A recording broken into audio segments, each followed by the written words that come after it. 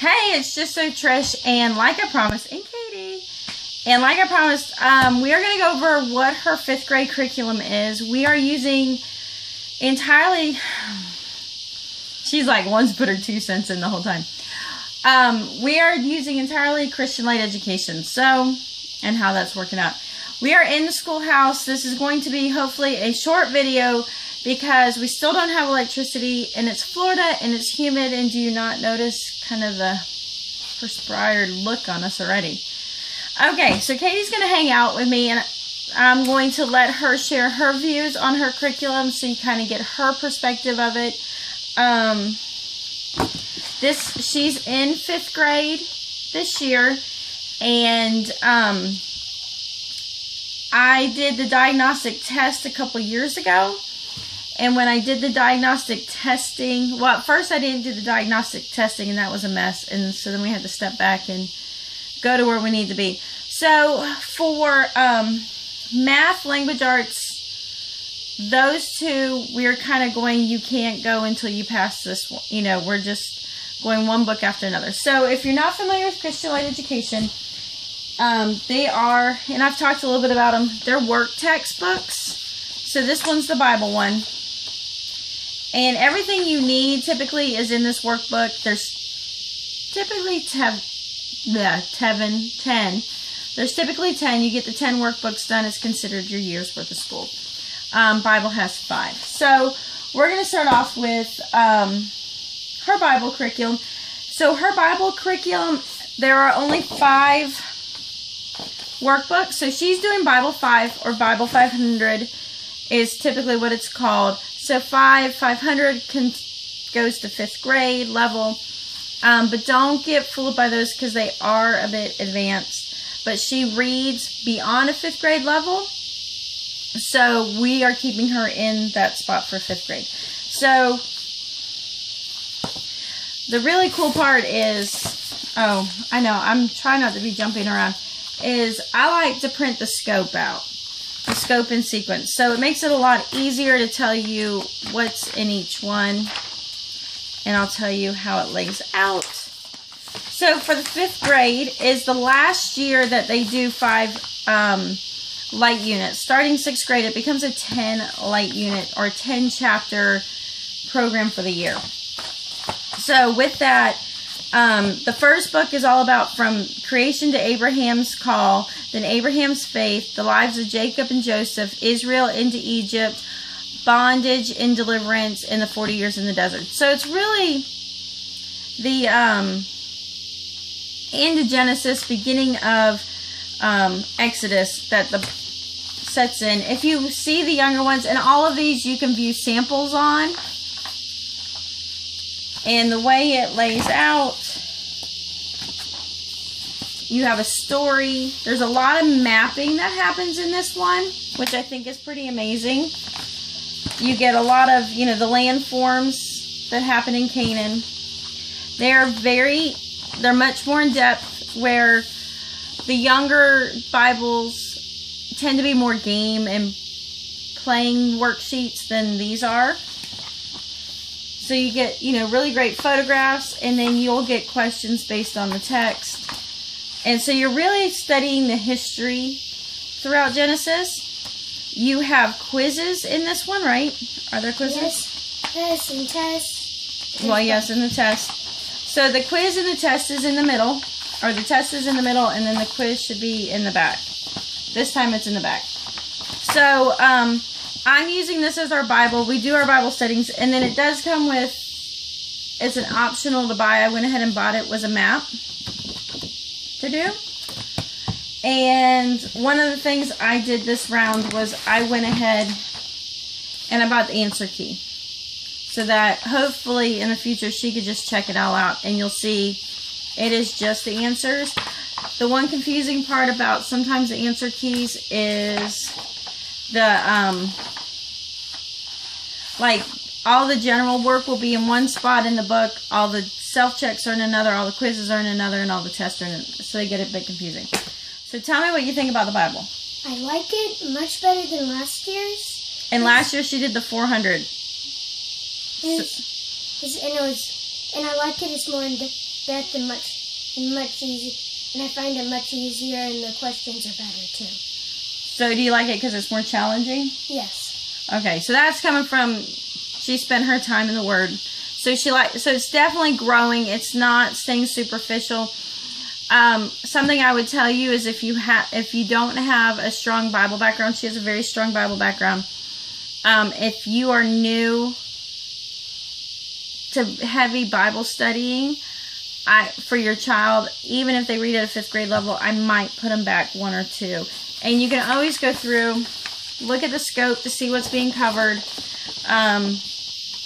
Like if it's a whole year in almost one small section of the Bible and it's not jumping around, you know that's going to start the in-depth studies where the 400 level was historical fiction, the study of parables, Lazarus the beggar, Jesus must die, Jesus and crucified and risen. So they're kind of along the same lines, but they're not so like in this section of the Bible. When you start having that in Christian Light, you're going really deep in depth. And like I said in other videos, I have seen, there's somebody on here on YouTube that they literally are like, I'm studying this level Bible because for my own personal growth. And that was a mom. All right, so that is the Bible and the Bible key. Reading. So the reading program, I don't know why I closed that one up. The reading program, get to the 500 level. So it comes with the this is the 500 book Opening Windows, and I believe 400 is the first, where reading in 1st grade is the learning to read 10 books, and then the reading 5 books. Reading 200 series is 10 books. Reading 300 series is 10 books. Reading 400 begins just 5 workbooks. So it's kind of considered a half a year and every other day program. And then you need the textbook to go with it. And you're going to cover your vocabulary words, you're completing analogies. And I mean, you can seriously, I'll put a link to the scope. But I mean, this is what it's covering. So it's covering work. So you're always working with a vocabulary. Sometimes you're starting to identify cause and effects, defining words in context, understanding a proverb, creating an alternative story title, completing analogies, inferring facts not directly stated, working with rhymes and rhythm. So, and understanding conflict, internal conflict, and external conflict. Okay, so in years past, in her 3rd grade year, I did not give her a reading curriculum. I gave her a huge reading list because I love the Robinson curriculum. And yes, I will get a video out on it. And when I do, I'll put it in the description box so you can click on it. But until then, it's not there. But she, on her 3rd grade, and I've said this in the past, went from a 4th grade reading level to an 8th grade reading level. Even still, I've stuck her in the reading curriculum of her current year. The reading is the reading difficult to read? No. Is this hard? It's good, it's challenging, and it's fun. It's been challenging. And it's not like straight off the cuff. So, although I really encourage the free reading of wonderful, great books, and many times I kind of want to swap back to that type of way of doing school because it is very easy. It's very, not light, it's intense, but I'm pretty thrilled with how they cover the comprehension and just the different things they really get into detail about.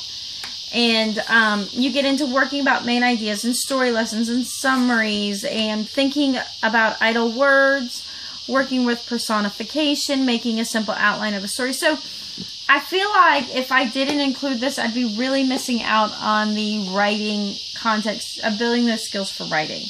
So with this round, it is 500. I'm hoping she actually completes the reading set this year a little bit after Christmas. and it'll be done. She's done the year's worth, and I can just let her saturate in books. So, let her saturate in books. Okay, so the next one is science. Science. Here we go. So this year's science, 5th grade science, and let me flip to that section in our, so I can talk to you well, like I actually know what I'm doing. I do sometimes. All right.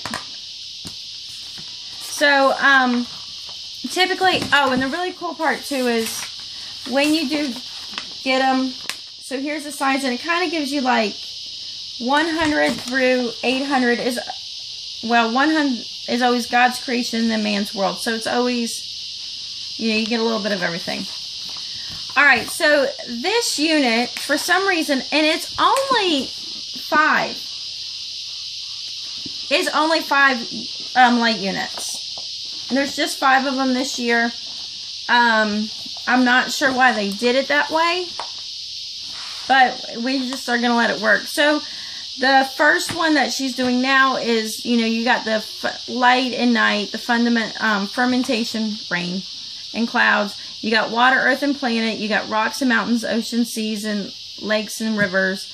And the second book is about grass, cacti, ferns, and mosses. Then it's about flowers, vegetables, and herbs, seeds, leaves, and trees. The next one is moon and the sun, stars and constellations, comets and meteors. Then she goes into seasons, and then she goes into fish and amphibians and reptiles, birds and mammals, insects. And then the last one is your body, liquid of life, which is your blood, pump, control center, telegraph system, camera. So that's your body, you know, just how your body works. Breathing, skeleton, food pipeline, storage tanks, digestive tubes. So it seems kind of mixed up, but this is the way they're presenting it. It's done through the light units. You have 2 options when you do science. You can do it in classroom mode, which is worksheets and the textbook, and then you need your teacher's manual to teach it. Or you can use light units. So the light units are very much, they refer you to the pages in the textbook to read. So it's kind of like they go through here. Here's the worksheet. Here's their instruction. Here you go. The Christian Light Education, if you've not noticed, is not heavily colored. Ooh, I'm sweating because it's hot in here, isn't it? The textbook's beautiful cover, but again, it's not an overly colored book. It's not, they don't have professional designers, but it's sufficient. It's not distracting. It's to the point. It's concise. It's not over the top. The picture, sometimes, if it wasn't for that they give just a few of them just enough color, I may have accidentally skipped on over-reading the captions. So it's just right, not distracting, yet it attracts your attention. So, see, there's the captions in purple. So, beautiful books, though, well put together. Not a glossy paper, but, I mean, thick paper. They're definitely being made for longevity. From what I've heard, you even have scripture indexes in the science, because this is an apologia-style science. You have your references and your glossary, like every textbook does. But this is the first year that it begins as a textbook-based science. Alright, so how do you like the science so far? Amazing. Amazing. What's your favorite part about it? I do not actually know. Well, it's better than, it's great, I can do it, but I still need to work on the ferment when I keep on getting my class mixed up. That's the other part too, is there are science projects in there, and I mean, one of the labels for like the Amish and Mennonite are plain people. And so if you know enough about the plain people and the way they live, they don't have a lot of prepackaged and stuff. You know, they're not as commercialized as we are. So almost all the science projects you probably will have in your house, or you can hit the store and get them. They're very common things to do. Like the one for doing rain was hot water and the ice cube in a plate, you know, making condensation. So we have a girlfriend, neighbor that's also doing Christian Light education, the whole package. And she's finding the science awesome and being able to easily get the things to do hers. And hers is the 7th grade. So there you go. And the nice part is you can get in one booklet all the answers. I don't think I got the teacher's guide on this.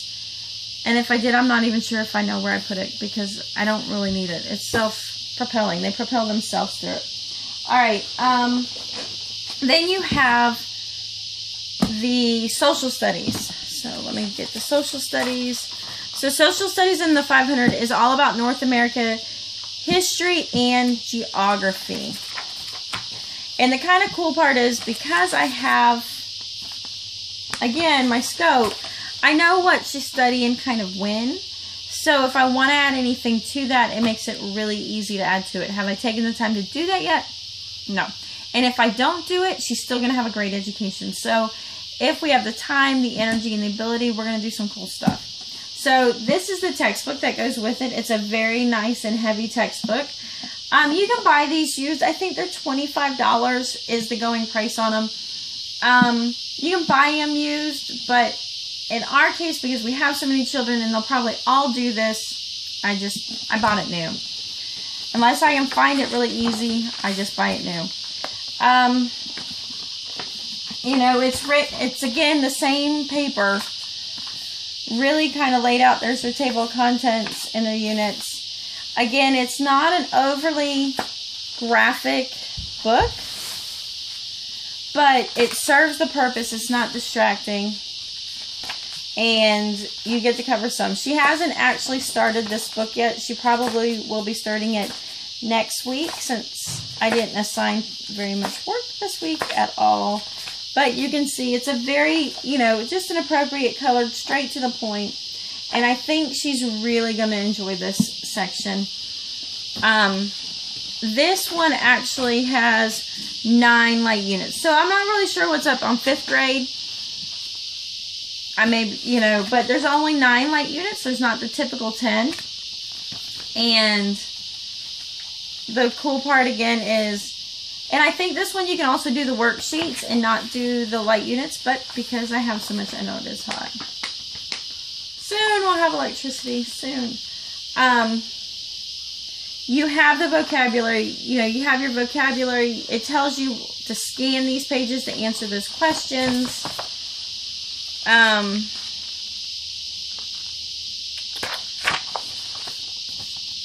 So you have your different things in here. There are also map work. There is map working in these books. And you have your tests and your quizzes. And whoa, it's getting hot. You know, again, more math work within the books. So it's a really, I think she's going to love it. It's 9 units. So there we go. Okay, so like I said on language arts, although she's starting 5th, language arts is very advanced. And a lot of times people switching from other curriculums get kind of like, we didn't score in our grade level. So she is in 5th, and we are at the end of 309 and 310 she has to do. We're still working on that level, and so I'm making her go through all the books. So 309 will be reading and enjoying poetry, recognizing poets, write poems, you know, poetic language, reading and enjoying. So this is really all about poetry. And also in the poetry, the reading goes good with the poetry too. Wait, in the what? Reading. Oh, your reading goes good with the poetry. And a lot of times it all syncs up, but we are mixing and matching because of what's appropriate for her. But we always love these. They're very basic. And if you see some of the beginners, and you can see a preview of all of these in on the Christian Light Education. So she'll be doing 309 to 310. And my expectation for her is to finish up at 409. So I'm actually making her... The dog is stealing the phone. He's silly.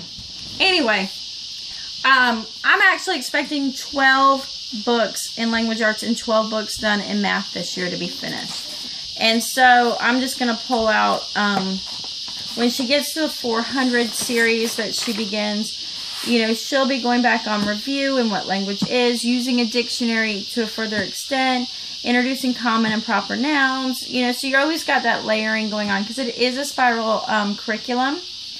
And introducing clusters. I will say it does, I think eventually you lose penmanship. Yeah, so you lose your penmanship by then. But you can see it gets much more detailed to go. So she's doing the 400 series. So yes, she is a whole 100 series behind, but that's okay. And it works out fine. And that's what is appropriate to her. And that's why we homeschool. Oh, this is getting long. Here is like a little guide reference point that's meant for grades 3 to 4. So I consider that 300 and 400 level. Alright, so in math is a bit of the same for her. Whoa. They do have a math reference chart. And her requirement is, I want her, you can't keep doing that, it's going to make too much noise. She is doing 306 to 408. That is more than 12 books. But it's not. Because you can skip the first book of your math series if you have not had a break. So we don't have breaks, so we skip the first book. So it's kind of helping us skip further. I've had times where I've had her take the alternative test to test out of a book. And we've managed to do that once. From Sunrise 100 to Sunrise 800 in the math series, you're covering the same basic math skills and you're growing on them. So, there you go. So it does catch up, and I still like to keep the scope. Here is what, just kind of a little frame of reference. You have your quizzes, you still have speed drills going on. I really enjoy the way that they lay out how to check, like how to do this task. It is really clear and to the point. Oh, by the way, how do you like your spelling or your language arts? I forgot to ask her. Great. You like? It's going good. We keep a notebook with language arts, and because it does ask her to write out her spelling words, and she does have writing from time to time. So we use a spiral notebook to record that information. So then we're on to the math. Math tends to be the hardest one for her to get done. She can get behind very easily in math. So I try to keep math to be the first thing we do. I love Saxon Math. I have an entire collection of Saxon Math in first and second editions and some third editions. I really would like to be back in Saxon Math, but for now I feel like the Christian Light does better for us, and we might do a whole video on Saxon versus Christian Light Math from the child's perspective. But we're doing Christian Light Education, and we're going to be doing the 306 to 408 for our math this year. How do you feel about your math? Okay. Good, but it's a lot of work. Yes. It's a lot of work for her. So that's our curriculum. She does keep it in a notebook.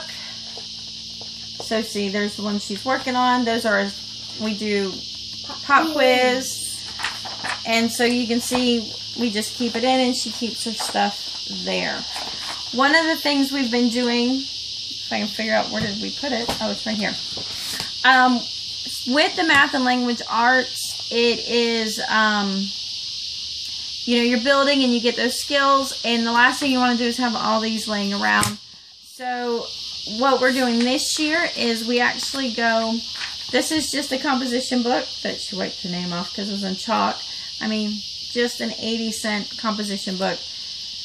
And what we're doing, we covered part of it. So here is the cursive for a reference for her, and then we're doing the language arts. So I tend to go through and I rip out the pages that are particular, and it's kind of like all the pink ones, you know, all the pink lessons, and then we'll kind of group them together so that it's about the same thing on everyone. And like this is one for her to practice because she has a hard time with it. So we are making a reference journal. Sometimes we get the spelling words in. And we're just kind of ripping them out. And then we do the same thing for, and the glossary. So we do the same thing for math. I am sweating. All the details and the descriptions. So if we have a problem, instead of going through the teacher's manual or something she can't remember, she can go in here. And we're doing that for all the kids. So if we have a skill we forget, and then trying to leave enough room so if she needs to come back later and write notes, she can write notes. That saved me many times on a few things because I had it on the tip of my tongue, but I can't remember. So it's working out really well, and it's just our form of notebooking that's kind of lazy, but it's our form of notebooking. The last thing I do with all of her stuff this year is I'm kind of building a portfolio as we go. So these were my cheap ones that I thought I could put the books in. I've covered this one in previous videos, and I have the link. So this is kind of my grade check off. So what I've done is I wrote the books we're getting done, and the numbers on the top represent the month I plan to assign those books. So you can see there's not a gap here, not a gap here. This I did every other month starting in August. This I did every other month starting in September. Now I did this every other month because that's what I initially planned, but I'm not going to actually follow that. We're going to try and get them done straight in a row. You know, so here's my social studies, and then it gives me a place to put her grade, to average that grade, to put the light unit test and give a grade for the entire booklet. So you can see I'm not always the best at keeping up with this. Then the next thing I did was I printed the scopes out. So I just printed that one page of the scope. So like this one, because she overlaps, I crossed out the books she's not using. So then I can kind of see, okay, what was in that when I look at the grades? Like, what did we have going on?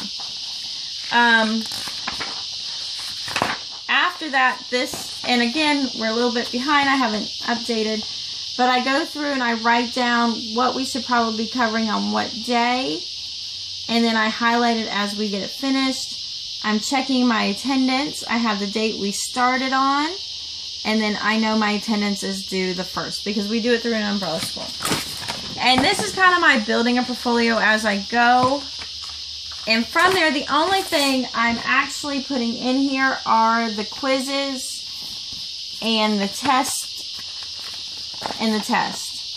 So I'm keeping all my quizzes and tests. I might in the end put some of her sample writing in here and put her writing in here.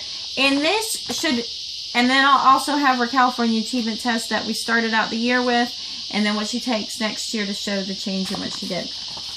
This makes a perfect portfolio. I mean, I could add field trips and stuff like that, but I don't really feel the need to, and I don't find them necessary.